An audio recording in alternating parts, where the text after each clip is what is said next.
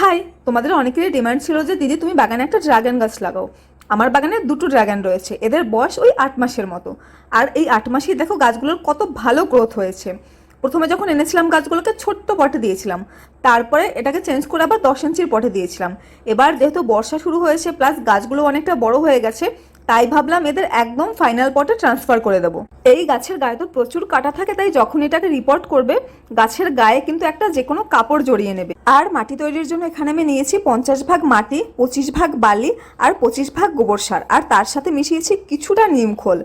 এবারে এই সবজির ট্রেটার নিচে প্রথমে অনেকটা শুকনো পাতা দিয়ে তার উপরে মাটি দেব, তাহলে মাটির পরিমাণটা অনেকটাই কম লাগবে। তারপরে গাছটাকে খুব সাবধানে পুরনো পট থেকে বার করে নতুন পটে বসিয়ে দিয়ে এটাকে রাখতে হবে যেখানে পুরো সানলাইট পায় দিনে। আর ড্রাগন গাছের খুব একটা যত্নের দরকার হয় না, মাসে একবার করে গোবর সার দিলেই হয়ে যায়। চলো আজ তাহলে এটুকুই, টাটা।